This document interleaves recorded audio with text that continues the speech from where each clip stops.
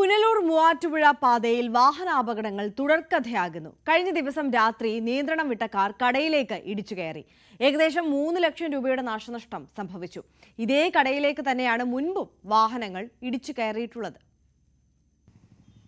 കഴിഞ്ഞ 2 മാസത്തിനുള്ളിൽ 5 അപകടങ്ങളാണ് അലിമുക്ക് ജംഗ്ഷൻ കേന്ദ്രീകരിച്ച് ഉണ്ടായത്. എല്ലാ അപകടങ്ങളും A1 ചിപ്പ് സെന്റർ എന്ന കടയിലേക്ക് ഇടിച്ചു കയറി സംഭവിച്ചതാണെന്നത് ശ്രദ്ധേയമാണ്. അച്ചൻകോവിലേക്ക് തിരിയുന്ന ഭാഗത്താണ് അപകടങ്ങളുടെ കേന്ദ്രം.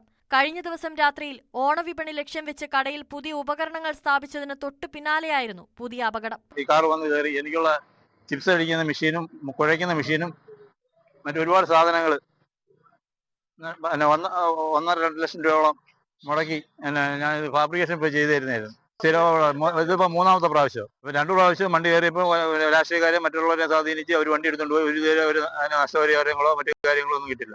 ഇത് എടുത്തുകൊണ്ട് പോകണമെങ്കിൽ എനിക്കുള്ള നഷ്ടപരിഹാരങ്ങളും കാര്യങ്ങളും തന്നതിന് ശേഷമേ ഈ വണ്ടി എടുത്തുകൊണ്ട് പറ്റും. സാധാരണ വളവുകളിൽ ശ്രദ്ധിക്കേണ്ട ശാസ്ത്രീയത ഇവിടെ പാലിച്ചിട്ടില്ലെന്ന് റോഡ് നിർമ്മാണ സമയത്ത് തന്നെ ആരോപണമുയർന്നിരുന്നു. ഇത് സാധൂകരിക്കുന്ന നിലയിലാണ് ഇവിടെ അപകടങ്ങൾ പെരുകുന്നതും. റോഡ് സൈഡിൽ ബാരിക്കേഡുകൾ സ്ഥാപിക്കാത്തത് പ്രശ്നം രൂക്ഷമാക്കുന്നുണ്ട്. ഈ റോഡ് പ്രവർത്തനം ആരംഭിച്ചതിന് ശേഷം ഏകദേശം 1 വർഷത്തിനുള്ള 5 അപകടമാണ് ഈ സഹോദരങ്ങളുടെ കടയുടെ മുന്നിലുണ്ടായത്. 5 അപകടം. ഇതെല്ലാം ഉണ്ടായത് രാത്രിയിലാണ്. ഇതിൽ നിന്ന് മനസ്സിലാക്കുന്ന ഈ റോഡ് നിർമ്മാണത്തിലെ ഗുരുതരമായ പിഴവ്, അതെല്ലാം അശാസ്ത്രീയതയാണ്. കഴിഞ്ഞ ദിവസം രാത്രി നിയന്ത്രണം വിട്ട കാർ ഇടിച്ചു കയറി ഉണ്ടായതാണ് പ്രദേശത്തെ അവസാന അപകടം.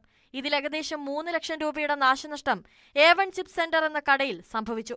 കട പഴയതുപോലെയാക്കി തന്നാൽ മാത്രമേ അപകടമുണ്ടാക്കിയ വാഹനം വിട്ടുകൊടുക്കൂ എന്ന നിലപാടിലാണ് കടയുടമ. ന്യൂസ് 18 പുനലൂർ.